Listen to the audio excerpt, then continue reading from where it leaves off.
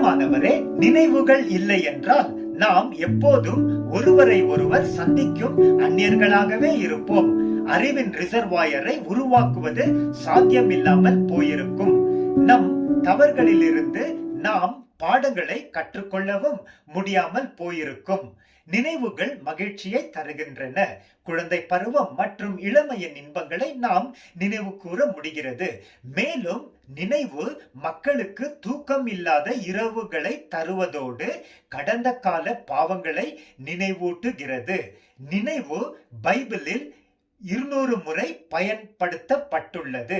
நமக்கு ஊக்கம் அளிப்பதற்காக கடந்த காலத்தை நாம் நினைவில் கொள்ள வேண்டும் என்று தேவன் விரும்புகிறார். நாம் நம் தவறுகளை நினைவு கூர்ந்து மனம் திரும்ப வேண்டும் என்றும் கர்த்தர் விரும்புகிறார். இயேசு கிறிஸ்து காட்டிக் கொடுக்கப்பட்டு பாடு அனுபவித்து மரிப்பதற்கு முன் அவரும் அவருடனே கூட 12 அப்போஸ்தலர்களும் பந்தி இருந்தார்கள்.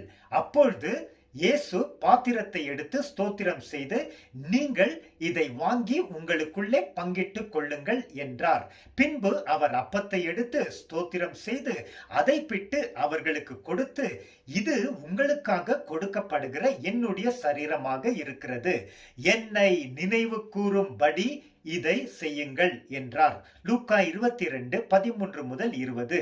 இயேசுவையும் மற்றும் அவர் நம்மை ரட்சித்து நித்திய ஜீவனை நமக்கு அளிப்பதற்காக அவர் பாடு அனுபவித்து மரித்ததையும் நாம் விசேஷமாக நினைவு கூற வேண்டும் என்று அவர் விரும்புகிறார்.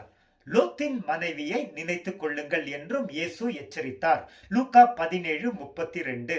லோத் இன் மனைவியை போல் நாம் பின்வாங்கி போய் அழிந்து விடாமல் எப்போதும் நாம் அவரை பார்த்து முன் சென்று பரலோகம் சேர வேண்டும் என்று இயேசு விரும்புகிறார். பவுல் அப்போஸ்தலர் எழுதினார், சகோதரர்களே, நான் உங்களுக்கு பிரசங்கித்த நற்செய்தியை மறுபடியும் உங்களுக்கு ஞாபகப்படுத்துகிறேன். நான் உங்களுக்கு பிரசங்கித்த பிரகாரமாக நீங்கள் அதை கை கொண்டு இருந்தால் அதனாலே நீங்கள் ரட்சிக்கப்படுவீர்கள். 1 கொரிந்தியர் 15:1-2. இங்கே நற்செய்தியை கை கொண்டு இருந்தால் என்று இருக்கிறது.